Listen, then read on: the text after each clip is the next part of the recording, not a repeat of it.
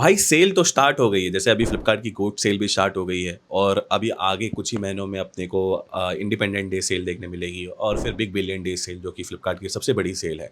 और बड़ी टीवी किसको नहीं पसंद है। 55 इंच की प्रीमियम टीवी लेने का अगर आप लोग का प्लान है तो आज की वीडियो आप लोगों के लिए। आज हम लोग ना दो टीवीज को यहाँ पर कंपेयर करने वाले हैं। 2026 की ही ये टीवी है, अभी लॉन्च हुई है और ये सेल के टाइम पे आपको अराउंड 40,000, जबकि मैंने अभी गोल्ड सेल में चेक किया 37 से लेके 38,000 के आसपास देखने मिल रही है। और यहां मैं बात कर रहा हूं सैमसंग की vision AI mini LED 55 inch और दूसरी टीवी है LG की AI नैनो NU 870 55 इंच। ये दोनों 2026 की लॉन्च टीवी है। अगर आपका बजट अंडर 40,000 के आसपास है और आप कंफ्यूज हो कि सैमसंग लेना चाहिए या LG, क्योंकि होना ही चाहिए भाई, दोनों ब्रांड बड़े हैं, तो ये वीडियो एंड तक जरूर देखना। मैं सिर्फ स्पेसिफिकेशन नहीं बल्कि रियल टाइम यूजेस के हिसाब से कंपेयर करूंगा ताकि आप लोग को पता चल सके भाई कि कौन सी टीवी पे पैसे लगाने हैं या तो फिर कोई और चॉइस देखनी है। सबसे पहले एक बात समझ के लो, टीवी चूज करते वक्त ना लोग सबसे पहले क्या देखते हैं भाई, सैमसंग है या फिर LG। लेकिन मैं हमेशा बोलता हूं ब्रांड से पहले आती है भाई टेक्नोलॉजी। टेक्नोलॉजी देखो, क्योंकि अगर टेक्नोलॉजी बेटर है तो पिक्चर क्वालिटी ऑटोमेटिकली बेटर ही होगी। और टीवी की जान होती है ना भाई उसका डिस्प्ले। अगर तुमको डिस्प्ले अच्छा लगा टीवी क्या फायदा भाई, सीधी बात है। प्रोसेसर उसके बाद में आता है, सॉफ्टवेयर उसके बाद और स्पीकर उसके बाद, यही है भाई रूट। इसीलिए सबसे पहले ना डिस्प्ले समझते हैं।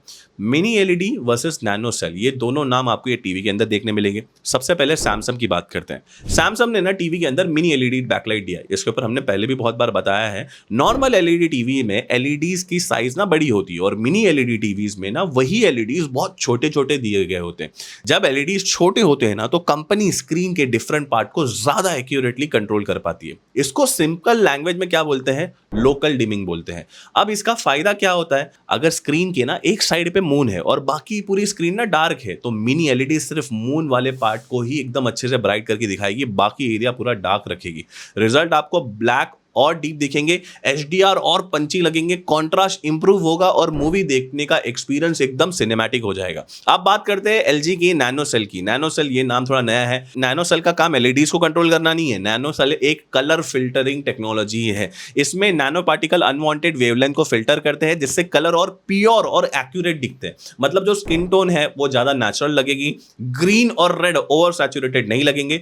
लेकिन क्योंकि इसमें मिनी LED जैसा एडवांस बैकलाइटिंग कंट्रोल नहीं है, डार्क सीन्स में ना ब्लैक उतने डीप नहीं दिखेंगे। और ये दोनों टीवी का सबसे बड़ा डिफरेंट है। एक टीवी ब्राइटनेस और कंट्रास्ट को इंप्रूव करती है और जो दूसरी टीवी है वो कलर की प्योरिटी को इंप्रूव करती है। डिजाइन की बात करें तो भाई दोनों टीवी प्रीमियम फील देती है। सैमसंग का मिनिमलिस्टिक लुक और सिम बेजल काफी प्रीमियम लगता है। LG का भी जो लीनियर फ्लोर डिजाइन है ना काफी क्लीन और मॉडर्न है।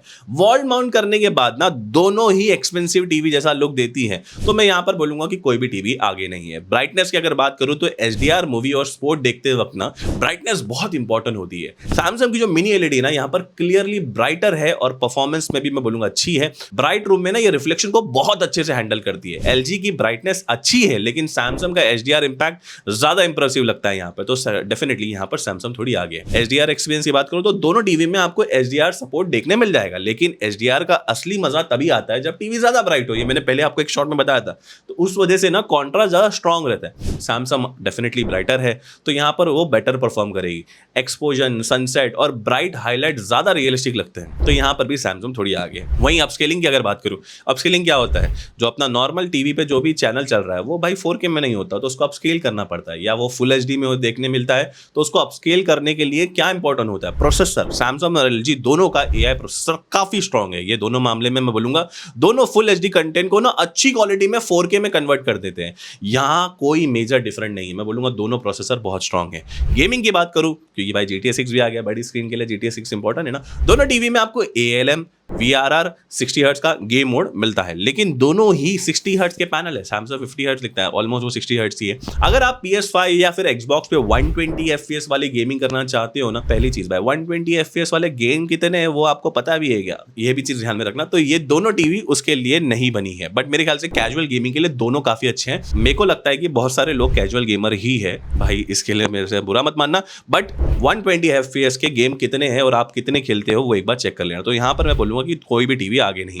वही ऑडियो की अगर मैं बात करूँ तो सैमसंग के अंदर आपको 30 वॉट के स्पीकर देखने मिलते हैं और एलजी के अंदर 20 वॉट के स्पीकर। एलजी ना वर्चुअल डॉल्बी एटमॉस प्रोसेसिंग देता है। सैमसंग के स्पीकर ना भाई अगर देखा जाए तो ऐसा लाउडर दिखते हैं, बट मेरा मानना है कि दोनों काफ़ी ज़्यादा इक्वल है, क्योंकि भाई सिर्फ लिखने से 30 वॉट नहीं हो जाता, बट डेफिनेटली थोड़ा सा एज यहाँ पर सैमसंग के पास है, बट ओवरऑल मैं बोलूँगा कि ऑडियो क्वालिटी सिमिलर है। स्मार्ट फीचर्स की बात करूँ तो एलजी के अंदर आपको web OS, Google Gemini, Microsoft का यहाँ पर Copilot, Chromecast, AirPlay, magic remote, 5 साल की वेब ओएस का अपग्रेड। सैमसंग के अंदर Tizen OS, vision AI, smart thing, Samsung TV plus और नॉक्स सिक्योरिटी देखने मिलेगी। अगर स्मार्ट फीचर और इकोसिस्टम की अगर बात करूँ ना तो क्लियरली यहाँ पर एलजी थोड़ा सा ज्यादा फीचर रिच एक्सपीरियंस देता है, और मैंने ये वेब ओएस का देखा भी, थोड़ा टाइजन से अच्छा है, बट टाइजन में भी तुम फर्क नहीं पता चल पाएगा भाई अगर तुम उसको यूज कर रहे हो। व्यूइंग एंगल में फर्क है, अगर तुम फैमिली के साथ टीवी देखते हो तो सब ऐसे अलग अलग एंगल में बैठने वाले हैं, तो एलजी नैनो सेल का यहाँ पर एडवांटेज आपको मिलेगा। साइड से कलर सैमसंग के कंपैरिजन में यहाँ पर बेटर है एलजी के, तो मैं बोलूंगा एलजी थोड़ा ऊपर है यहाँ पे। अगर पोर्ट्स एंड कनेक्टिविटी की बात करें तो अच्छी बात यह है कि इस सेक्शन में सैमसंग और एलजी दोनों ऑलमोस्ट सेम एक्सपीरियंस देते हैं। दोनों टीवी में आपको 3 HDMI port, 1 USB port,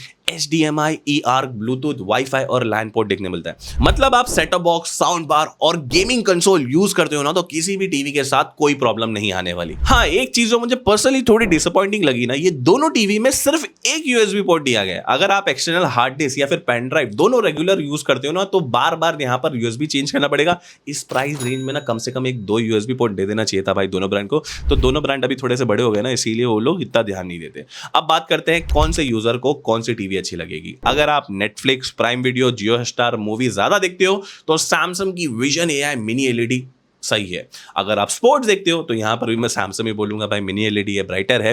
bright room के लिए भी तो सैमसंग ही है। अगर फैमिली तुम्हारी है और तुमको साइड एंगल से टीवी देखनी है तो यहां पर एलजी बोलूंगा। गूगल इकोसिस्टम और अगर आपको मैजिक रिमोट पसंद है तो यहां पर एलजी लेने बोलूंगा। और अगर मेरे से पूछोगे बेस्ट पिक्चर क्वालिटी कहां है तो बोलूंगा सैमसंग ही है भाई। अगर आप फ्लिपकार्ट की गोल्ड सेल अभी जो चल रही है और जो आगे आने वाली है अपनी इंडिपेंडेंट डे सेल या फिर आगे बिग बिलियन डे सेल, अगर ये दोनों टीवी आपको 40,000 के आसपास मिल रही है, होपफुली आप लोग को अभी कोई कंफ्यूजन नहीं होगा कि आपके हिसाब से कौन सी राइट टीवी है। दोनों टीवी की लिंक्स मैंने यहां पर टैग कर दी है, आप चेकआउट कर सकते हैं। दोस्तों मिलते हैं नेक्स्ट वीडियो में, तब तक के लिए stay healthy, stay safe, bye.